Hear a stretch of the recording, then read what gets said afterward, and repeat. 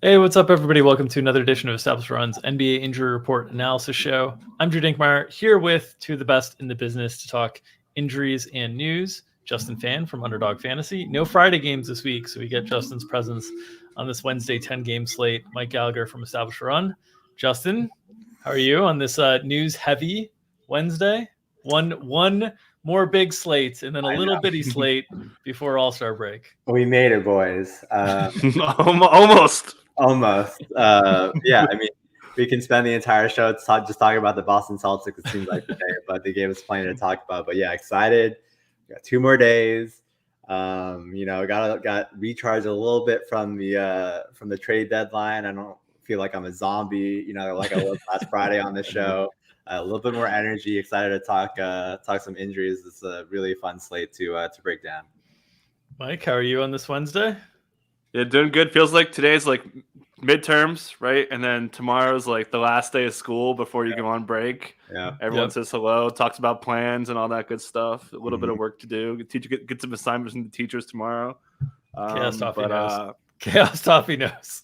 We are ready for. Oh yeah, we are having like major reading comprehension issues in our Slack. we are feeling it quite a bit, but. Yeah, good day. Got a hike in. Got matchups done last night. Ready for this slate. A lot of big Q tags. A lot of changing rotations coming. So definitely excited to break it down. Yeah, it is sunny and 60 degrees in New York right now. So I'm just like looking outside longingly, like so soon I will be able to enjoy you outside world. All right, let's get into the injury stuff today. Let's start with the Boston stuff because this was a roller coaster of news and information over the last, 14 to 20 hours or so. Jason Tatum is back. Jaylen Brown remains out. Marcus Smart is back. Derek White, who did not travel with the team back from Milwaukee last night due to an ear issue and seeing an ear specialist, is listed as probable and expected to play as well. Time Lord, who only played 13 minutes last night, is listed as questionable. And there were some non-quotes around Time Lord's playing time last night. Mike Muscala, Kabengele, Jaylen Brown all ruled out tonight. So Justin, what is your expectation? Oh, Al Horford not on the injury report on the second night of a back-to-back here. So it looks like as full as we can expect a Boston team to be for first half of the season finale against Detroit at home. It's pretty shocking to me. What are your expectations here? And do you think there will be any sort of minutes restrictions on some of the guys who haven't been around for a while? Marcus Smart, more so than Jason Tatum. Yeah, so they're a lot more full today than I expected. I thought they'd be a skeleton crew, especially there was word that Tatum, they were targeting February 15th this game for a while to rest. I think him sitting out last night changed things a little bit, because he already got that game off. So let's start with the starting lineup right now. So right now we have our projected starting lineup as Marcus Smart, Derek White, Jason Tatum, Al Horford, and Blake Griffin. So we're actually expecting Time Lord to either come off the bench or sit altogether in the second leg of a back-to-back. There was some talk this morning from some beat writers speculating that he would sit out and be held out in the spot with Al Horford back. So they're playing a Detroit team, I believe, that goes double big. Obviously, they're going to start Jalen Duren, Isaiah Stewart, maybe James Wiseman, but they're going to go double big. So we're expecting Celtics to counter double big. No Mike Muscala tonight, so it has to be Blake Griffin. I don't think it's Cornette. Maybe it's Grant Williams, but I would lean towards Griffin getting another start. So that's our tentative starting lineup right now. Their bench is Peyton Pritchard, Malcolm Brogdon, Sam Hauser, Grant Williams, and Cornette, maybe Time Lord. So yeah, Marcus Smart has missed 11 games last 3 weeks with the sprained ankle. Imagine he'll be restricted in his first game back. Malcolm Brogdon, I would think, is a bit restricted as well. He played 39 minutes last night in the front leg of a back-to-back. I thought he would be a rest candidate tonight too. So, but they do have some depth, right? They can play Pritchard teens minutes. They get Marcus Smart back, so they don't really have to push Brogdon too much in this spot. Derek White, another guy, 43 minutes last time in the front leg of the back-to-back. He's got this ear pain thing. I would imagine he doesn't get pushed too hard today either. We'll see what Tatum's minutes look like too. With that illness, would imagine he's close to full, but there's a possibility he isn't quite full. So we're looking at like a starting lineup where, 4 of these main guys might not play full. Horford might be the one that's closest to full relative to their normal standards. So, like we said at the top, this team is a lot more full today than we expected. They have, bodies, I'm counting 10 deep. So would expect, this last game before the break to be a little bit more cautious, especially coming after that overtime game last night. Yeah, a couple things to add. Yeah, Marcus Smart reported pain 4 days ago. I talked a lot about this with Kuzma. Kuzma didn't look in pain yesterday, so maybe he is, a little bit closer to full than we think. It's certainly a more severe issue for Smart, so I think he's going to be capped. I'd be surprised if he plays like over 32. And yeah, Tatum was supposed to be out today, so we'll see how he responds. Obviously, the quote's full all through the year saying we don't care about his minutes. We just won't play him in practice. So if he can go, they'll let him go. Obviously, there's some garbage time concerns as well, but yeah, Fan, as usual, mostly summed up everything else. And should add, Derek White, he didn't even travel with the ear thing. Did they give him the bubblegum medicine? Like when you're a kid, you get the bubblegum medicine for ear infection. The stuff was so good. They're like, oh, Mom, do I have ear infection? No, you do not. But anyways, shout out to the bubblegum medicine. Yeah, I think this will be really interesting to see guys like Malcolm Brogdon, Grant Williams, Derek White, who carried heavy loads yesterday in terms of how they managed today. I also thought it was very strange that they subbed in Luke Cornett before Robert Williams and then didn't go back to Luke Cornett at all last night. That was really weird. I have no idea what that was about, but it'll be very interesting to see how the rotation is managed here. And obviously, if Time Lord's not in the starting lineup, you've got to be very, very careful on how you're treating the situation. The Time Lord usage was very weird. He was the 4th big last night. They subbed him on after Brook Lopez came out. The quotes. Yeah, and Milwaukee was playing super small at the time. Like Drew was playing center essentially. Exactly. It's a little strange. I will also mention Grant Williams, 44 minutes last night, and he also talked about how he has difficulty bending his shooting arm. He's dealing with injury as well. He's playing with the sleeve and a brace. So another guy, in the second leg of back-to-back, I wouldn't expect to see a lot of time either. Yeah, Time Lord had that. He was under the basket, like basically by himself, and he could have dunked it, and he passed out for a 3. That was really weird. So I'm not sure what's going on there. Yeah. All right, let's move to other big men with questionable tags that we've been accustomed to. Joel Embiid, questionable once again for Philadelphia. He continues to play through all this stuff. This is a more substantial opponent tonight in Cleveland, so you would think he's playing through this once again. Also on their injury report, PJ Tucker listed as probable with right calf tightness. Something to note, just as this team gets deeper with the acquisition of Jalen McDaniels, anytime you see PJ Tucker pop up on the injury report now, there's lots of different ways that they can manage things here. So that's noteworthy as well. Mike, I'll lead with you on Joel Embiid. Any new thoughts or concerns around the questionable tag tonight? Big game. Really, really bad matchup. The Cavs interior defense has been fantastic. They actually had a rare bad defensive game against the Spurs, interestingly enough. But yeah, expecting him to go. PJ Tucker had a tightness injury last time. They said it was really minor, and he maybe could have come back if the stakes were a little bit higher. So yeah, definitely they don't need him, and they love McDaniels. They're like, oh yeah, he could shoot the corner 3. He's way faster than we thought. He can guard 1 through 4 for us with confidence, and we've seen it really cut into Anthony Melton's minutes. So we've been taking his unders and feeling really good about it. But yeah, McDaniels looks like, and anyone who follows the NBA, like we were like, oh, what a great pickup. But yeah, not too much to add. The standard. We're gonna get this Q tag. Curious if it continues after the break. I feel like it's going to. It's just the world we live in now. Yeah, Doc was talking, like 3 weeks ago about how he doesn't anticipate this being like a long-term issue. He thinks it's like a short-term thing, but I agree with you. There's it wouldn't surprise me if it continued. But yeah, Joel Embiid, not much to add. He's been questionable game time decision for 10 straight games, has played in all 10 without any limitations. So should be a standard procedure tonight. And Gallagher, one more thing to add too. I was just going to say, Gallagher, you've got the chat craving amoxicillin right now. It's really nice. out there. Yeah. That was so good. When I was little, you didn't know what amoxicillin was. I'm like, oh, am I getting the bubblegum medicine when you were little? Like, oh no, you're not. You don't. you have something else. What, but, you didn't know? Yeah, you didn't know the word amoxicillin at 4 or 5? I mean, come on. Yeah. Jeez. Yeah, I guess so you were a little slow. Yeah, I guess so.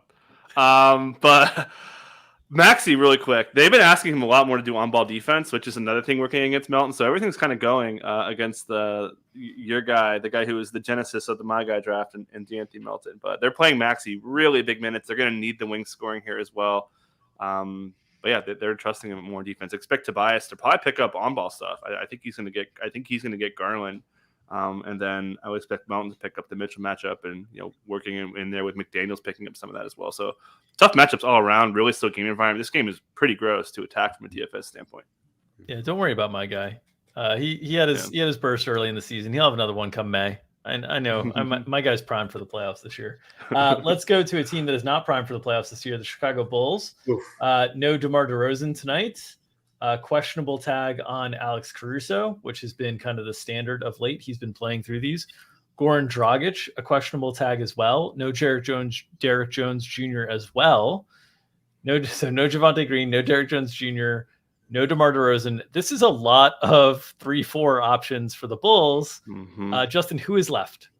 I think Zach LaVine's going to be playing a lot of 3 today. I'll tell you that. And we'll see on Caruso. So he's been dealing with this for a little bit. He suffered it on the 2nd of this month, missed 2 games, played 3 games, and then missed on Monday. So he's reportedly feeling better, was the report yesterday that I saw. We'll see. He's supposed to be a game time decision. But yeah, if he misses, Dragic got downgraded too from probable to questionable. They are very, very thin. So let's go through how it would look if Caruso ends up missing. Caruso would start for DeRozan if he plays. Let's get that straight. But if he misses, we're thinking it would have to be Kobe White who would get the start at the 2 alongside Dosunmu. And so it would be Dosunmu, Kobe White, LaVine, Patrick Williams, Vooch. And their bench would be Dragic if he's available. He's questionable. Dallin Terry, Andre Drummond. And then if you want to dig deeper, you get into like the Tony Bradleys, the Malcolm Hills, the Carlick Jones, which you really don't want to do. So regardless, this projects to be a very heavy minutes game for Dosunmu, for LaVine, and for Patrick Williams. So I would feel really good about those guys' minutes today. LaVine, it's kind of a push and pull in this spot. Massive usage, massive role coming without DeRozan, but he gets the Andrew Nembhard assignment. Kind of same thing with Vooch. He gets a big bump, like +8 fantasy points per 36 this season with DeRozan off the court, +3% usage rate differential. But his matchable, kind of swings a little bit on the availability of Miles Turner. But I like Vooch's spot quite a bit. I would say that. Just in general, we like targeting Pacers front court. Even if Miles Turner is there, I would like the spot for Vooch. So Vooch is a standout for me. Obviously, LaVine improves, but Dosunmu should have a really nice minutes floor as well as Patrick Williams on the spot. Yeah, I just think they should sit Caruso. I mean, All-Star break, let him heal up. Clearly, I think he's been playing through. He's been hurt all the time. But, pretty much nailed it. I think that, going against Turner's fine. He just puts out fires all the time, leaves post-up opportunities. They're terrible at limiting offensive rebounding. So, that's not really Vooch's forte, but definitely a spot. I think I feel more comfortable with him. And then maybe they shoot some freaking threes. They're making 5 threes a game in their last 6 or 7 games is completely outrageous. Welcome to 2023 Chicago, and maybe make a trade at the deadline next year.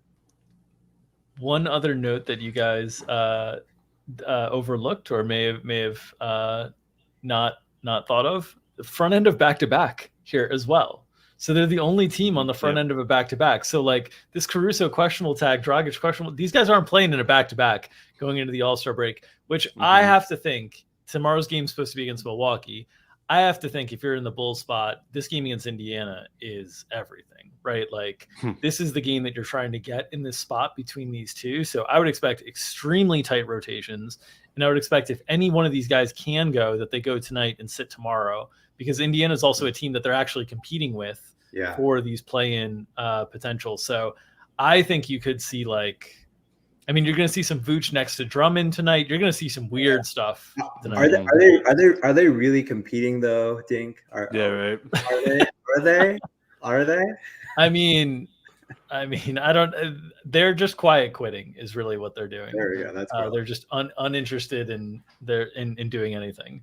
All right, let's move to the other side of this. Miles Turner questionable, Daniel Tice questionable for Indiana, along with the usual Trevlin Queen and Kendall Brown questionable tags that show up on the Indiana injury report each and every day. Obviously, if you were down both Tice and Miles Turner, okay, now we can maybe get some enthusiasm behind Isaiah Jackson, who we all like to play in those spot stints. Gallagher, do you have any news or notes or leans on Tice or Turner tonight?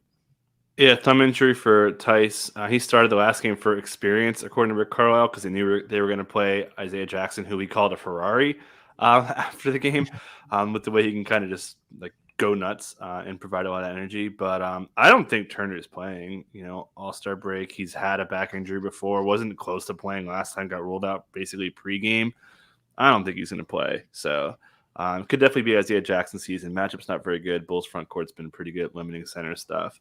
But it will be a lot of opportunity. We mentioned the Vooch benefit because when Isaiah Jackson was playing, we love him for fantasy, but man, he is quite bad defensively. They were the worst defense in the NBA from January 1st on last year when Miles Turner missed almost all that time. So maybe the Bulls could actually score inside. Maybe they don't even need to take threes today. But I don't know if I want to add anything else there, but I'm not expecting Miles to play. What do you think, Justin? I'm a little bit more optimistic on Miles. He was at practice on Tuesday and went through his usual post-practice shooting routine. So I think he has a decent chance to play. Probably I would cap it at 60-40 to go tonight. But this back thing has been lingering. He missed 3 games last month with back spasms, if you guys recall. So maybe they just are cautious and sit him out, the game before. But on the other side of the coin, it's like you're about to get a week off, so it's like might as well just play the last game before the break, and you'll get the week off after to get your back right. But we'll see. Daniel Tice, still capped. Obviously, he's played 6 games. He's been 7, 15, 15, 18. 15 and 22 in his last start. You saw Isaiah Jackson get most of those minutes off the bench. So would still, if it kind of runs out the same where Turner's out and Tice gets a start, I would still expect Jackson to get most of the minutes there at center with Tice still capped. Yeah, if Jackson does play a lot, the way to describe him defensively is he's like a Rhodesian Ridgeback puppy, just giant dog that is just flailing all over the place and chasing the ball left and right, but positionally is just constantly out of position and his body's all over the place. And sometimes he's making great plays, and other times he's just completely turned around. It's very fun. I think you used this analogy earlier, Dink, where it's like watching 6-year-olds play soccer, where they just go. Yes, they all just go to the ball. It's just a giant cluster of human beings. Or it's like trying to watch Julius Randle's kid play basketball. He's just he wants the ball. Exactly. Come tackle if you give him the ball. Exactly. All right, let's move to the Spurs. Still no Trey Jones. Which is really, really hurting my best ball season. No Romeo Langford, no Isaiah Roby, no Devin Vassell, Doug McDermott questionable here. Keldon Johnson off the injury report. He had been on the injury report the last few games. Great matchup today to target for fantasy if these two teams are trying, which is always the concern this time of the year. I think we got a lot of good indications from the Spurs in terms of how Pop's been playing of lately, that they're just going to keep playing the young guys, but whoever's available, he's going to play in ways that they're trying to win the game. If he was trying to lose games, that Cleveland game, Blake Wesley would have been on the floor a lot more than he was. It was Devontae Graham, closing out that game. They're going to play their best guys. It seems to me from San Antonio's perspective at this point in the year, maybe that changes in a few weeks when things are a little bit tighter. But Justin, what are your thoughts here on the McDermott Q tag and what we see from the Spurs tonight? Yeah, respect that same starting lineup as they did against the Cavs. We had that box score up. So Branham, Keldon, KBD, Sohan, and Zach Collins. So Devontae have 29 minutes off the bench, played a ton. He's probably their anti-tank commander at this point. He's kind of ruining their decision, to try to lose games. But interesting spot for Devontae. He has 2 years left on his deal.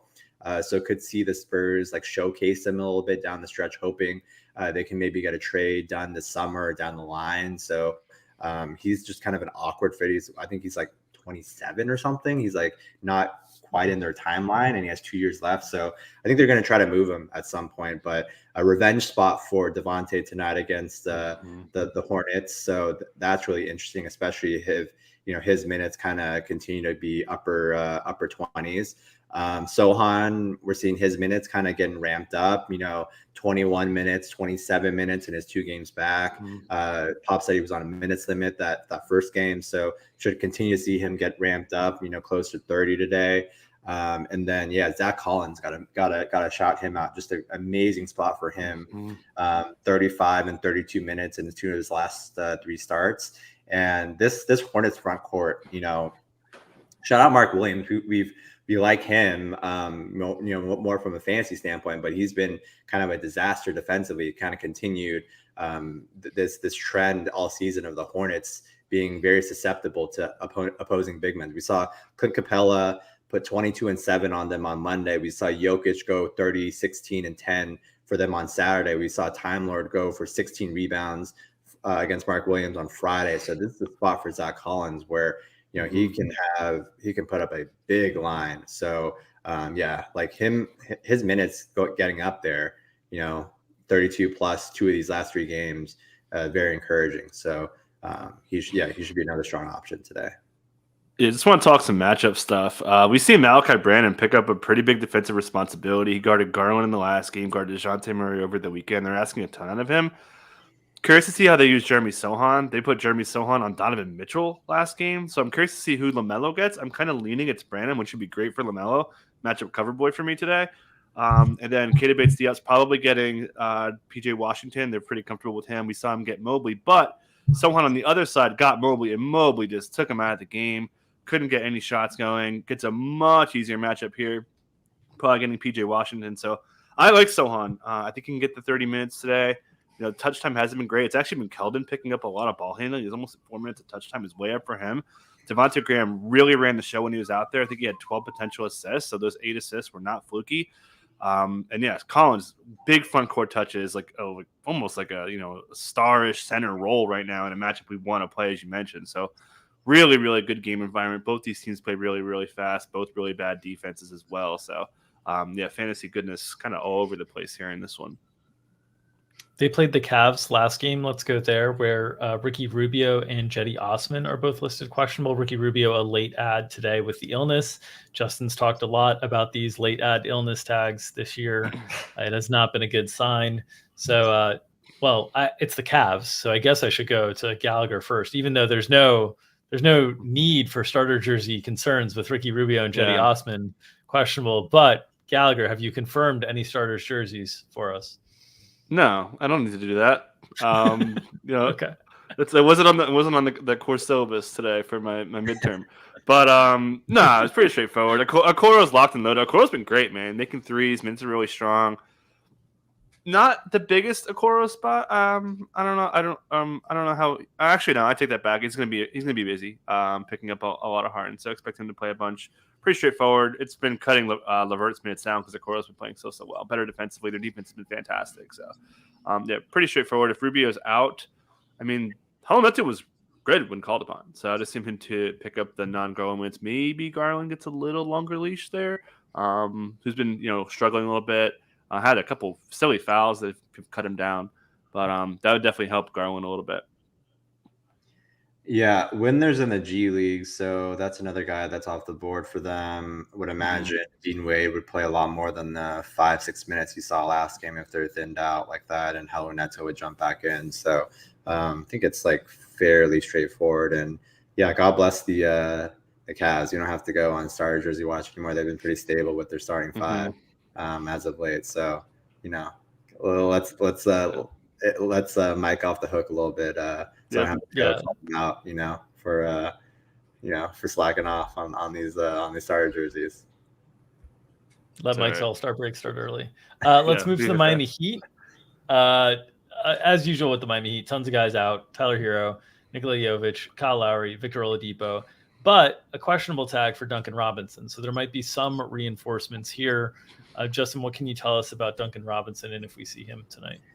Yeah, I think there's a good chance we see him back, and he would cut into Haywood Highsmith and Jabari Booyah, who both saw 28 minutes off the bench on Wednesday. Would expand that rotation from 8 to 9. But yeah, I think Jimmy Butler's been great, in these spots, like plus 8.6 fantasy points per minute with Hero, Oladipo, and Lowry off the court, and really good spot for Bam here as well. He's become more and more involved as one of the focal points of that offense. There's a really good article this morning from one of the Heat beat writers talking about how they're like setting an extra man on him all the time while he's in the paint. He's having to make quicker decisions, whether it's basically pass or shoot right away when he gets the ball. But yeah, they're talking about him being more involved. And we like this spot against Brooklyn. Obviously, Nick Claxton's a very good defender, but they've been very susceptible inside, especially on the glass all season. So good spots for I mean, it's not rocket science here when they're short. It's Jimmy and Bam. Yeah, really big role for Jimmy. His touch is like really spiked. He drove a ton. We haven't seen like driving Jimmy in months, and it was one of his best driving games of the year. So expect him to pick up a big role there. I do want to mention Duncan Robinson because we talk a lot about this earlier in the year. That there's so much push and pull with him and Tyler Hero. Spoelstra hates playing Duncan and Hero together. Hero's out. Does Duncan get a little more leash here? Does that cut into Max Strus, who played freaking 42 minutes last game? So I don't think Strus may have that supreme, crazy high ceiling in this spot. And the matchup's not as great. The Nets have been actually taking away a lot of three-pointers in general with all that length, too. So Strus, we talked a lot about him. We took it over in his last name. Don't feel quite as comfortable there with a high-minute ceiling. And Bam's just been rolling, man. Big front court touches. Touch time was really good. Gabe Vincent's touch time was actually really far down, like almost surprisingly low because it was just Jimmy and Bam running the show. So I kind of expect that. Again, pretty straightforward. A lot of Booyah too. That was really nice game for him. 20 minutes, 3 steals, like pretty solid. Good to see it. Love his game. USF guy. Follow him in college, but good to see him get an opportunity. Do you follow college? I can name like 2 college players. all this Bam love. The guy goes 19 points, 2 rebounds. Against the 2-time MVP who goes, 12 of 14 against Bam on the other side. So, the king reigns supreme. 46 front court touches for Bam was really big. So he's going to have a big role. Really good matchup against we like to play guys against I'm not on the show. Gary's back on the DFS show. So I actually can do something else. But get your takes out. Go ahead. Let's move to Atlanta. John Collins questionable, DeAndre Hunter probable. Any leans here, Gallagher, on the Hawks tonight? Looks pretty good on Collins. Wasn't really much concern originally in the injury. Went through shoot around, so should be good to go. Expect him to start. Somewhat surprising after McMillan says we'll find minutes for Sadiq Bey, and then he goes out there and starts him, and he's like, I didn't want to disrupt the second unit, which is a pretty common quote from him and Dwayne Casey. That's like their go-to move there. But curious to see how Bey fits. Wonder if AJ Griffin gets kind of nuked. Jalen Johnson probably very likely to get nuked. In this, they're going to run their center minutes with Capella and Okongwu. I don't think they want to go to Collins at the 5 spot, especially coming off an injury. But pretty straightforward rotation there. Bogdan on the injury report is good to see. And interesting matchup.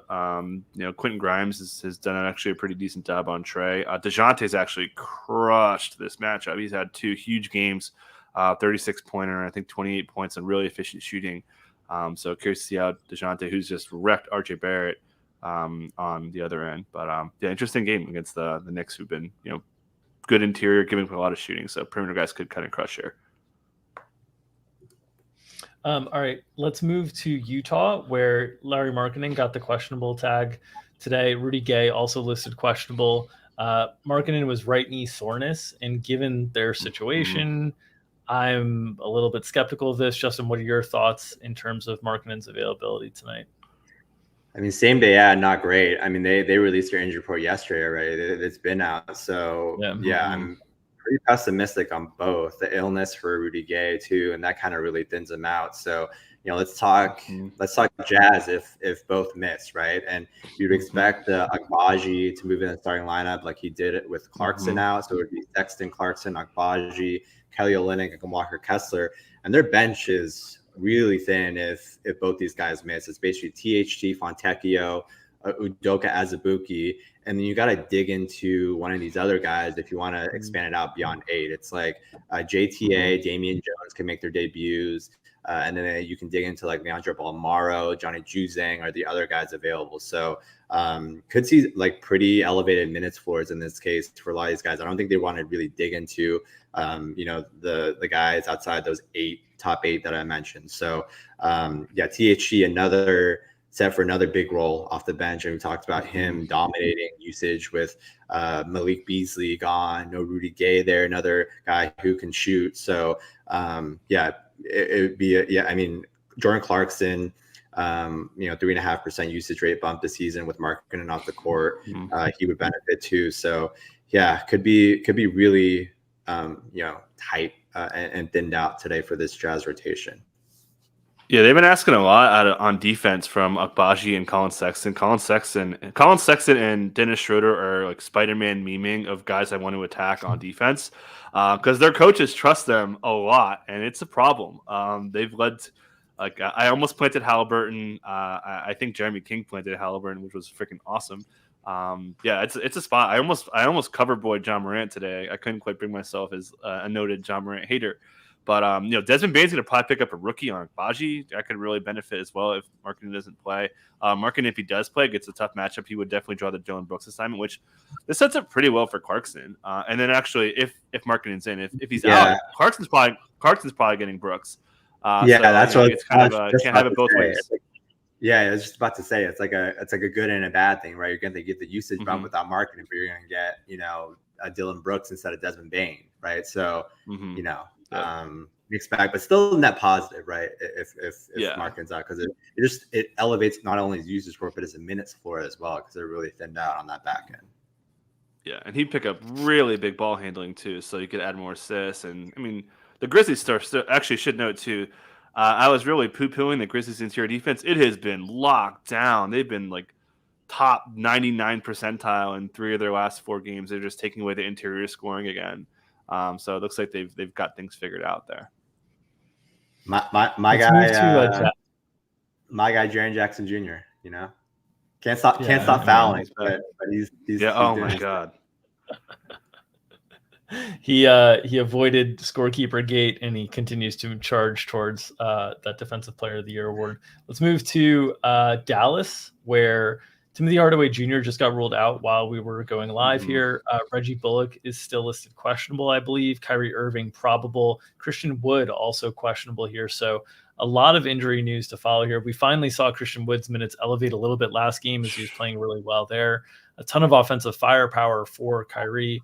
For Dallas with Kyrie. One thing I will note before I get to you guys on the injury stuff, because I spent a lot of time looking through rates as these post-trade deadline, like small samples, take up a lot of my time. The stuff for Luka has not been as bad as I kind of feared originally. He actually has just been running really bad on converting potential assists into actual assists of late. So I know his assist rate looks real down, but I wouldn't be too concerned. It's obviously going to take a hit from where things were, but the underlying metrics so far have been decent. Justin, what's your read on who the Mavs will have available tonight? It should be that starting line should be Luka, Kyrie, Reggie Bullock, Josh Green, and Dwight Powell. And they're probably going to run a 9-man again with Frank Ntilikina serving as that 9th man, along with Jaden Hardy, Theo Pinson, and Christian Wood. Maybe in this spot we get JaVale instead of Frank Ntilikina. We'll see because of Jokic. Just depends on foul trouble and stuff like that. But I don't think Justin Holiday will be an option. He got waived, and he still needs to clear waivers, I believe. That signing with the Mavs is not official yet, so we're not expect him to be an option tonight. I kind of echo what what Dink said earlier about, Luka and Kyrie, that split not being as, drastic, that drop off being as drastic as you think. Either way, I think Josh Green's going to play a ton of minutes today. We saw, 2 games ago, THJ left with that injury. Last game he was out, and Josh Green's minutes have been 35 and 38. So in those 2 games, so I would expect him to play, mid to upper 30s once again in this spot. Don't have a ton else to add. Where are you guys leaning on? I guess Luka and Kyrie in this spot, assuming Kyrie gets KCP, Luka gets Aaron Gordon. Who do you like better out of those 2? First of all, you think Gordon's playing? It sounds like from the rib thing. I would lean that way. We can get to that in a little bit. Yeah. Yeah. Yes. So as Dink mentioned, he's had 14. But Luka has had 14 potential assists in each of his last 2 games. First game was elevated playing time, so it's been down a little bit. But as Dink said, it's not like catastrophic. And actually, one noteworthy thing in the last game was the touch time. So 2 games ago against the Kings, like shockingly close for Luka and Kyrie, and then Luka kind of ran away with it. We saw like a lot of like off-ball screening. We talk about this a lot with like Steph, where they like set screens, getting the ball early in actions. They were running a lot of that for Kyrie, so it's kind of still the Luka offense. Kyrie's usage was really quiet for 75% of the game, and then just goes straight nuke in the fourth quarter to pull off what was almost a huge comeback there. So I'm more into Luka regardless. Obviously, I think if Aaron Gordon's out, I like it teensy bit more. Getting Bruce Brown, who would probably start regardless, would be on Kyrie. So I feel like that's not as great, but I think Aaron Gordon presents a much tougher challenge than KCP does, just because Luka's so strong. And then just one other thing to add too was Jason Kidd doesn't care about defense. He literally said, "I don't care about our interior defense. We're just going to try to outscore people." The Mavs, they're clearly banking on our offense is going to help our defense because they have one of the worst transition defenses in the NBA. If they can make shots, they don't have to worry about transition defense anymore. So I think that's their strategy right now. I don't know if it's going to work. They're a team that definitely want to attack. They're missing Dorian Finney-Smith. We saw him play super small at times before Luka came back, and then last game, even against Gobert, which is a pretty common strategy. But you're not going to want to do that today. So I'm curious to see how they go. But I think the Nuggets are going to score a ton today. I have no faith in this Mavs defense. What's funny is you just said that comment about Kidd not caring about defense. If he really doesn't care about defense, why isn't Christian Wood playing 35 minutes a game? Like, what are we doing here? True. Yeah. Yeah. It's been strange there. But you guys, it seems like you guys don't have many concerns around the questionable tags for Bullock or Christian Wood tonight. I think Bullock got upgraded to. Bullock got upgraded. Did they? Yeah. Yes. And then Wood got the tag yesterday, so I feel a little bit better about that. But if he doesn't play, I think as fans said, they kind of have to go to McGee. I don't know if you're going to want to put Theo Pinson on Jokic, but it will probably be Thomas Bryant, who maybe could do some damage. We saw Bryant pick up minutes in the last game. On the other side of that, you guys mentioned Aaron Gordon is questionable, as is Jamal Murray. They've missed each of the last 2 games. Hasn't seemed to impact Denver. They keep chugging along. It sounds like you both are leaning towards Gordon being available, but a little bit more questionable on Jamal Murray. Justin, I'll let you start. Yeah, so Aaron Gordon, I would say probably like 60-40 playing. I don't feel like extremely confident, but this is the same rib injury he suffered on the 9th. He scored like 37 or something that game. He was like murdering, then missed the next few since. It's a contusion. So I think he has a decent chance of playing. Jamal Murray, actually, the report from Dennis Scott, we didn't go with it because it's Dennis Scott. We don't think he's like a good enough source to go with it. But the report from 3D was that Jamal will get evaluated after the All-Star break. So we think he's like definitely closer to doubtful in this one. He's missed the last 5 games with right knee inflammation. It makes total sense for them to get an extra game heading into the break. So we'd expect Bruce Brown to get another start at the point tonight for Jamal. But yeah, and then obviously Chanchar will get the start for Aaron Gordon if he misses another game, but I think he's a little bit more likely than not to play. Don't have a ton to add, but Jokic, he's been awesome as usual, even more awesome when Jamal and Aaron Gordon's been off the court, like plus 4% usage rate bump. I think we kind of saw Ish Smith, Christian Brown, Char, Jeff Green, and Thomas Bryant would be my projected bench today for the Nuggets in a 10-man. Yeah, just to add on the Murray stuff, this is not the ACL knee. This is like a compensation injury, which I think is worse to have 2 bad knees going into the break. So, yeah, definitely rest up Mr. Blue Arrow.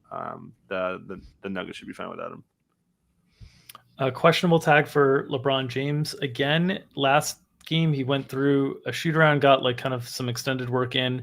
There was some moments of optimism that maybe he'd be back, but I think the tell for me was that he was still doing work late with, I'm forgetting who the other player he was doing work late with that was already ruled out for that night. But it sounds like they were targeting today. And they'll also have Mo Bamba back, I believe. He's no longer serving his suspension. That was the guy who was working out with it. That's who it was. He was working out with Bamba. So Justin, what are your thoughts on LeBron's availability tonight? And, how we see this rotation work, because we haven't seen LeBron with kind of the newly acquired pieces really since the trade. Yeah, really interested to see. I would say he's probably like 65-70% to go, just based on Darvin Ham's comments about how he planned to play, was likely to play, on track to play, whatever variation you prefer. Got like some different wording from different beat reporters, but that's a general gist that he's expected to go tonight.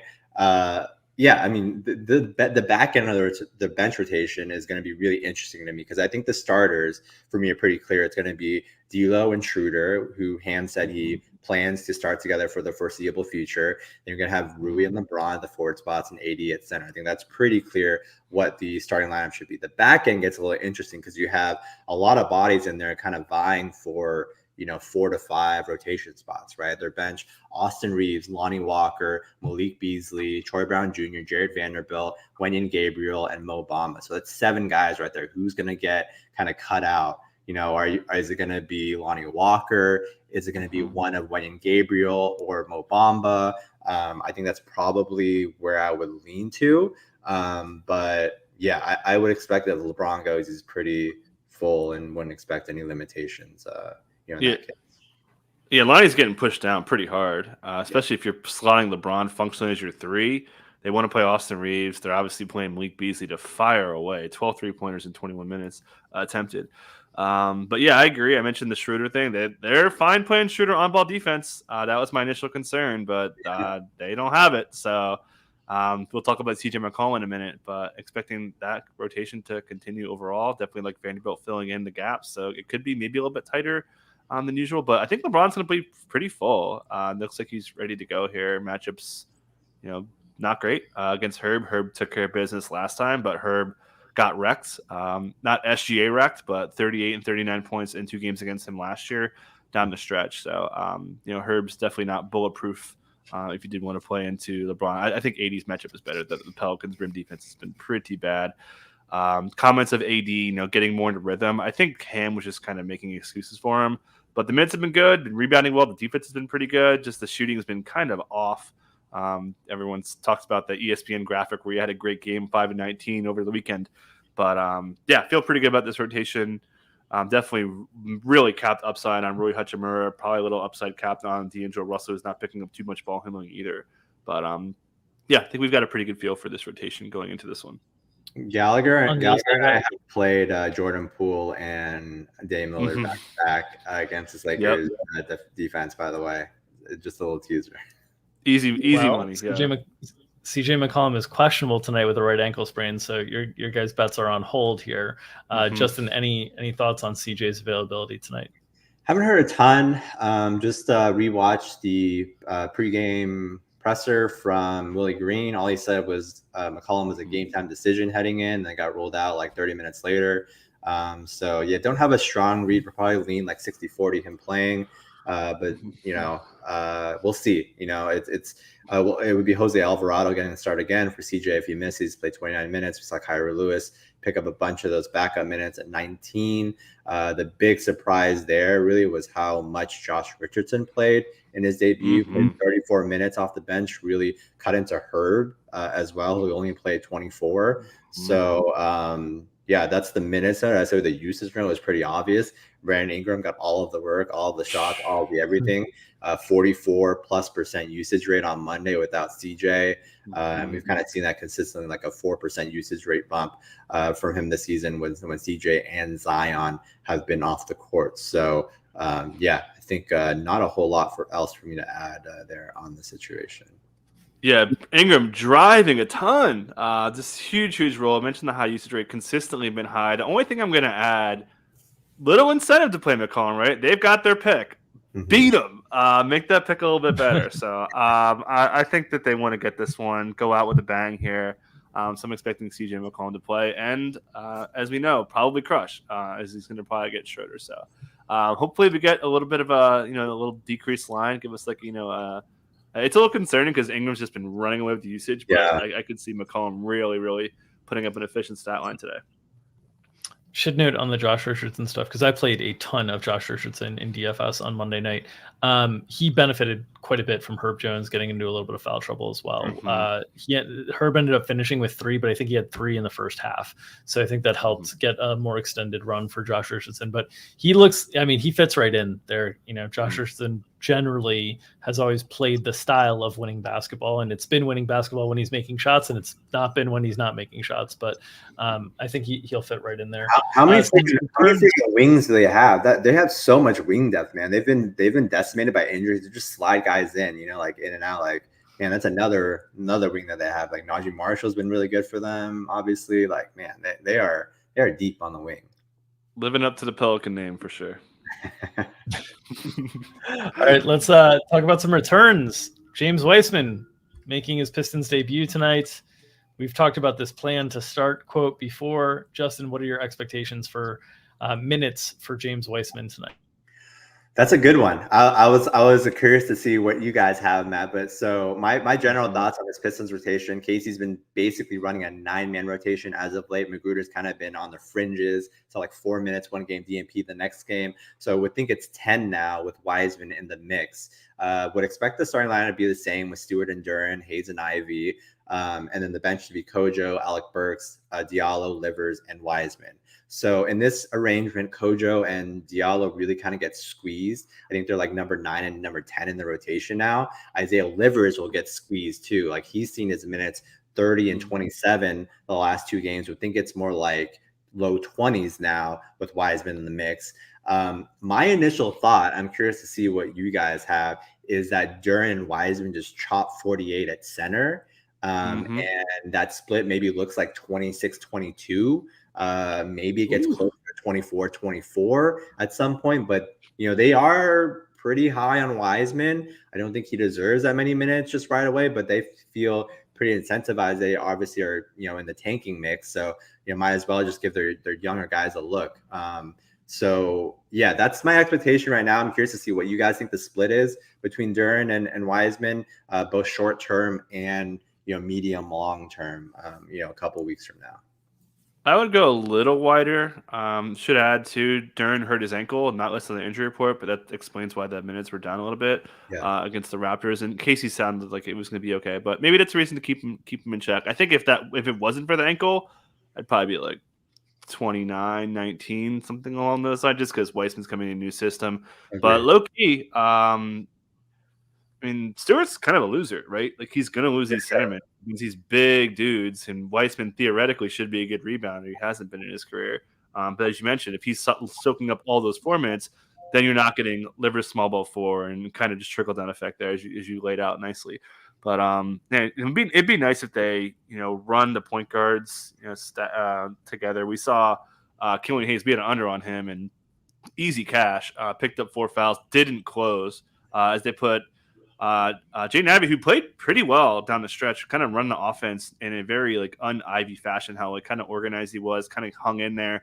They scored a ton. They scored 41 in the fourth, led by Ivy running the show. So curious to see if they're affected again from a little bit of carryover. Obviously, Ivy's a much more talented player than Killian Hayes is. But bottom line, not expecting a ton out of Wiseman. And man, what if they start him? That'd be something. If this report is like kind of. Because we're just to background that this plan, we're assuming this is a plan like down the line. Yeah, maybe like 2 or 3 weeks from now, I could see. Yeah. But initially, it just seems very aggressive just to come in and start right away. So yeah, curious, Dink, what do you have the Duren Wiseman split looking like today? So right now we have Duren for like 27, 28 and Wiseman for like 18, 19. Not the full 48 just yet. Okay. That a lot of that is just more like projection hedge. I think they're going to eventually get to the full 48 between those two and view Stewart as a full power forward, but it's hard to project that without taking an aggressive stance against some of the wing players. And so we're just kind of spreading that risk a little bit. But I think it'll be my first instinct on what Wiseman today was like 18 to 20 was just like, get your feet wet. He hasn't been playing.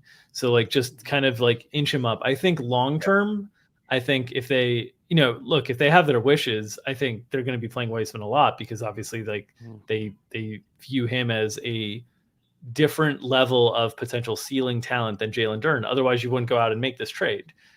Because the history of trading centers as young players and recouping big value on it, even if you get them right, is not great. Like look at the Yusuf Nurkic trade from Denver. They basically got like a backup center back and some picks with Mason Plumlee at the time. So like, even if they hit this trade right and James Wiseman looks really good, and yes, Jalen Duren so far looks really good, you're trading for pennies on the dollar when you try to move one of these assets down the road. So I think like long-term, they're hoping to maybe get to like a 25-23 on one of these two guys, but it's just it's a shocking move to me, given what we've seen from Wiseman, and they're going to give him every opportunity. And what we've seen from Duren. Yeah, I think Duren's looked great for a rookie center. Great. I completely agree. I would be prioritizing Duren. And it sounds like 100% opposite, and thinking Wiseman is like this, okay, just because he was this number 2 overall pick, he's supposed to have this pedigree, but we've seen him being a very poor defender. He's barely an NBA player at this point, in my opinion. You're prioritizing the wrong guy out of these two. Yeah. Also Wiseman's pedigree was all built off of stuff that wasn't even production, right? It was built off of high school stuff. Like he didn't play much at the collegiate level. So I just think, I just think it's a really interesting move that is a low upside, high downside move for them. I really I know the Detroit beats and stuff are putting out stuff about Troy Weaver having to shoot for the moon with finding stars, and it's going to be hard to like recruit stars to Detroit, and you got to take any chance you can get to like develop talent. I just think they already have an intriguing piece that they are developing, and they're going to cost this development to take on a piece that even if you get it right, you're just not going to be able to move it for value. That's like, maybe you get somebody like Saddiq Bey back down the road. Like it's just so strange to me in terms of the decision. Three things to add. One, Duren's a little more polished. He's got a really good feel for the game. At Summer League, he was awesome at passing. He's good at hitting those little cutters when he's kind of on the short roll stuff. I love that. Two, Troy Weaver loves Wiseman, man. Just so much buzz about it. They clearly had a target to get him. They knew they could get him, and they did. Gave up a player that a lot of teams wanted in Saddiq Bey. And three, Jalen Duren's my guy. Hey. All right. Another return tonight. In a rotation that's pretty messy. Brooklyn will get Seth Curry back.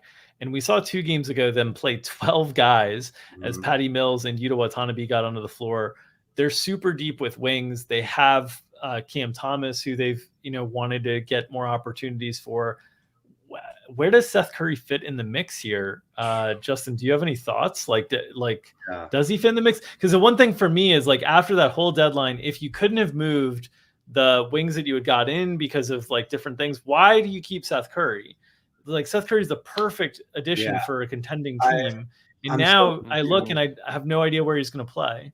Yeah, they had a real rotation logjam, and they did nothing at the deadline to address it. And they have like 11 bodies right now that they kind of need to play, maybe 10 if you don't include Daron Sharp. But we've seen that logjam kind of manifests itself a little bit when you just look at Ben Simmons, right? Look at Ben Simmons' last 4 games. He's gone from 27 to 20 to 16 to 13. And right now he's like basically splitting like backup center minutes with Daron Sharp. It's brutal. So this is just a bad situation overall for these guys, because you want to be playing certain guys like Cam Thomas more to develop them. You're just like hedging, like forcing yourself to hedge and play 11 guys in a rotation, not playing certain guys enough, right? So I'm assuming that starting lineup remains the same. It's Dinwiddie, McHale, Cam Johnson, DFS, and Claxton. And then it's just like Cam Thomas, Seth Curry, Royce O'Neal, Joe Harris, Ben Simmons, Aaron Shaw. I'm assuming all 11 of those guys will play. And it's just like it basically, I've been hedging with the projections, because I think all 11 will play. And it just like lowers the minutes worth of all these guys, like Joe Harris is going to have to take a hit. Like, I don't think Seth Curry's going to play a ton just because, they have so many bodies. It's a mess, man. It's just such a log jam. They have like 6 of the same player. They have all like the 3-and-D guys. And I don't get what they're doing. I mean, I was shocked. They just did a Jay Crowder move and that's it. I think they have pieces that are very valuable to trade around the deadline. And some of them I understand because you just pulled them in and it was like last minute dealing to accommodate KD, and the Kyrie trade request came out of nowhere. And so I understand, like, Cam Johnson and Mikal Bridges, like those are young pieces. Maybe you don't want to move them. They move off Jay Crowder. That makes sense. But holding on to Dorian Finney-Smith, maybe you can't trade him because now you got to trade him in a 1-for-1 deal because it's not a multiplayer deal before. But Seth Curry makes no sense to hold on to in this situation. And I'm sure contending teams, I mean, we see Daryl Morey every year trying to acquire Seth Curry before he had him. So like, I'm sure contending teams were calling on that. The chat is suggesting that the hidden value of James Wiseman is the tank for this year, which if you are trading, you're trading a young wing to tank better for this year, that is some serious galaxy braining. Like, you can just not play the guy if you want to go that route. You don't have to actually trade him. But yeah, it's a bad analogy, but like Weaver's like the guy who had a crush on this girl like years ago. Oh yeah. And now she's on the market and he's like desperate to go after her, even though it makes no sense. You guys have nothing in common and it's not going to work out. You just like you're so hung up on her and the idea of her that it's bad. It's bad. Yeah. Speaking of bad, how down bad has Ben Simmons? Just to like on top of splitting minutes with Dameron Sharp, they closed small, and it wasn't with Ben. It was with Royce O'Neal as the center. And they said they're going to explore that. I would not be completely shocked if Ben's not in the rotation tonight. Like that, I agree with you. Dude, that's how down bad he's been. Horrible. Just let him sit out, man. I don't even think it's just embarrassing. He's been that bad. So that's one way to get Curry in there. Sit Ben out. That's how bad he's been. Yeah, I feel bad. It's like it's so obvious to dump on him. I'm not going to even dump on him anymore. Yeah, imagine like closing small and you aren't closing with Ben Simmons. That's just like, oh my God. Yeah, it's tough. I wanted Ben to have a resurrection and get back to playing, because when he was playing in his early Philly days, he was really fun, but it looks so far away from any of that happening right now. It's really hard to envision. I think it's more likely we see him out of the league in a year or two than it is seeing him make an All-Star game again, which is just wild. All right, let's move on to a couple other notes. It wouldn't be one of these big shows before the All-Star break if we weren't talking Oklahoma City Thunder and G League notes. So Gallagher, just take it away. What do you want to talk about here with the Thunder and the G League? Yeah, Aaron Wiggins got sent down, which is important to note for a couple things. A, he can get called back up. B, they might not play him anyways. And another one is this is like a reshuffling of the rotation. We talked a lot about this before, where they're going to play a little bit bigger. They're going to play Dario as like a 4-5. Jeremy Robinson Earl's more of a 4-5. They typically have been more 5s, but we didn't see Sharks in the last game. Maybe this is a spot to get him in there. And you're basically realigning Kenrich Williams' minutes as a 4 and a 5 to more of a 3 and a 4. So I think this is the way to reshuffle the rotation. Definitely think Kenrich is still going to be a factor. Certainly, sadly, not my guy. J-Dub, a.k.a. Len Williams, a.k.a. Santa Clara and Jalen, a.k.a. Justin Fans guy Jalen, has been just running away with the minutes. And I don't think he's so good. He's so good. Oh, he's very good. Yeah. First team all rookie. Let's do it. Yeah, and just got to mention, there's no discount, by the way, Gallagher, and then next year's my guy, Jeff, you know. Oh, I know. Yeah, I'm gonna rig the picks next year. Don't worry. But I just got to mention SGA, 28 points the last time he played Houston in the first half. And we'll talk about. I want to mention Houston in a minute, but I'm excited for this game, man. I think we saw them score 153 points against the Rockets last time. So of course I am. So excited for OKC to smash the Rockets. We'll touch on the Rockets while we're here. What are your notes on the Rockets? Do you want to get out there for the people? So Steven Silas crapped all over his team in shot creation. He said we can't create shots, we can't get open 3-pointers. This Jayshawn Tate thing's not working. We've seen Ty Washington pick up minutes and kind of important minutes at times. Curious to see if he even starts. Because if your coach says multiple times unprompted that we can't create shots, you go 6 of 24 from 3, A, low volume, B, you're getting really bad looks. They're like all guarded. You need to redraw your rotation, man, if you feel that bad. And then another strategy would be, okay, let's dump it to Şengün. We know we like this matchup. He's actually airballed the last 2 times he's gone up against OKC. So could see Şengün there. Maybe they shuffle out Martin. I don't know. It's just the way that he was so discouraged. If you're talking about your professional NBA team and you have the number 2 pick is a guard in Jalen Green and he can't create shots for his teammates, you need to go to the drawing board. That's just embarrassing. So I'm curious to see if Silas has a rabbit to pull out of his hat today. All right. And then Knicks rotation notes with Josh Hart's coming on really, really strong. Mm-hmm. Great. What are you guys' thoughts on how long Quentin Grimes is able to hold on to this starting role? Justin, I'll start with you. I mean, Josh Hart keeps playing like this. I think, we can have that conversation fairly soon. I was pretty adamant that it wouldn't happen for a while because Quentin Grimes is so important for this first unit. He's been the connector. Mm-hmm. He's like crucial what he does for them. But man, I mean, that Tibbs loves his vets too, and he's not going to be afraid to switch things up, especially with how Hart's been playing. He's a really good defender on the perimeter as well. So you get some of that. You capture some of what Grimes brings. I think the spacing is still going to be an issue, just because Hart hasn't really been that spacer this season, especially. I think he's like 31% or something.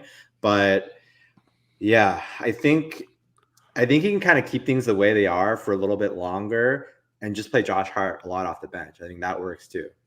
It's kind of minute allocation rather than just who gets the starting, title.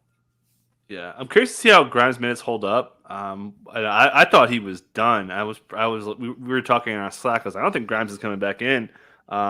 He actually did come back in for garbage time in this last game. But this is a Grimes game, right? Classic matchup against Trae Young. This is what you have Quentin Grimes for.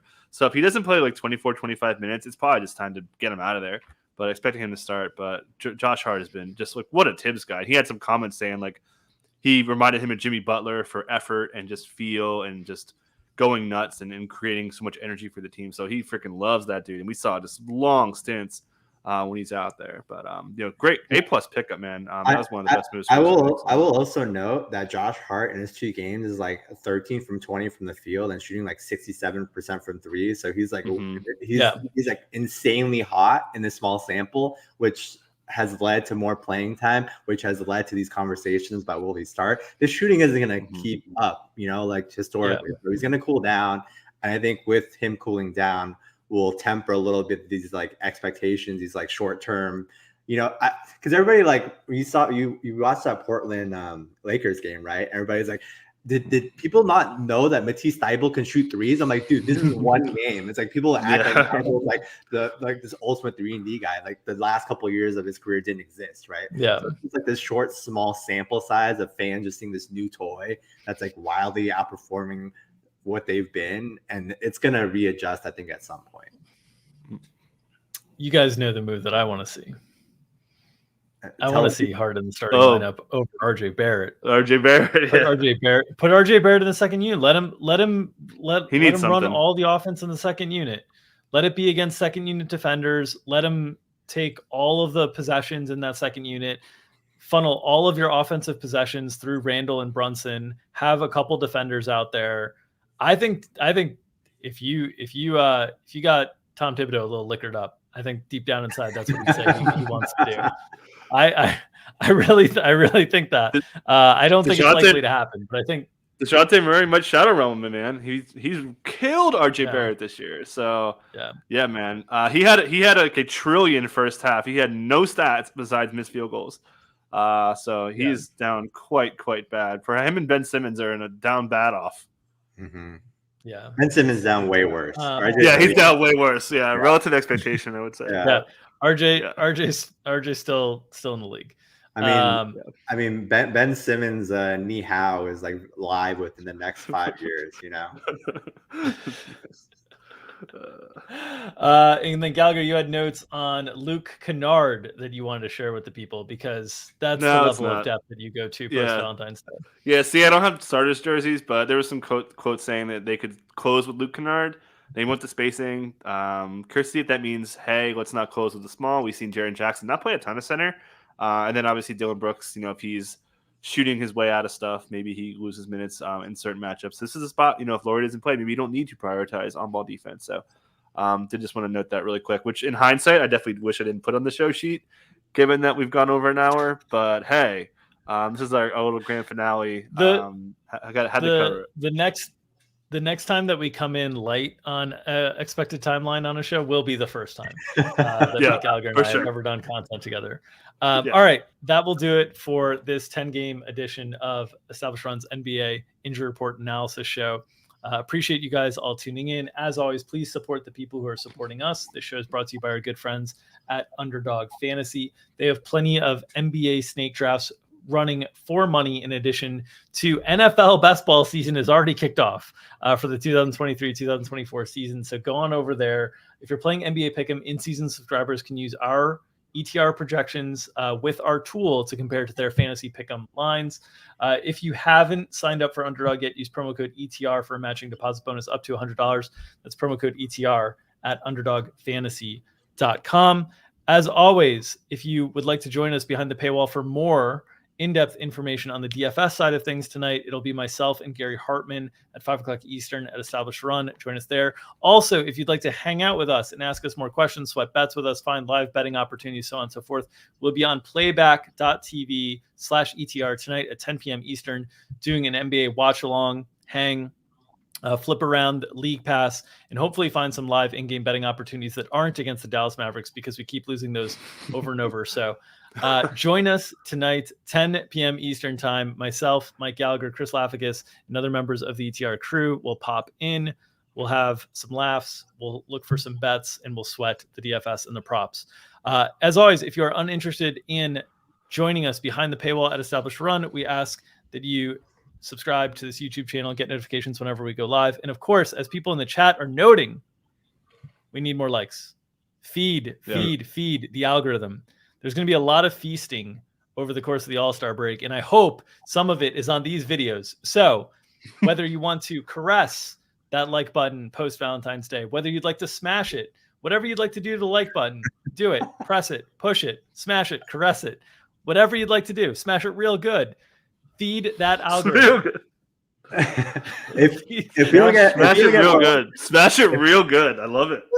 If you don't get more likes on this video, we're gonna go 15 minutes next time. It's just gonna be 15 minutes of Mike Gallagher talking about 15 minutes of Mike's G League analysis. That's what's coming to you next edition. Smash that like button, feed the algorithm, help us feed our families, and we'll continue to feed you the DFS injury analysis and information you need to make your DFS lineups, set your props, and bet your spreads. Nom, nom, nom, nom, nom, nom. We'll see you tomorrow. We're one last show before the All-Star break. Thanks to Justin Fan. Thanks to Mike Gallagher. Take care, everybody.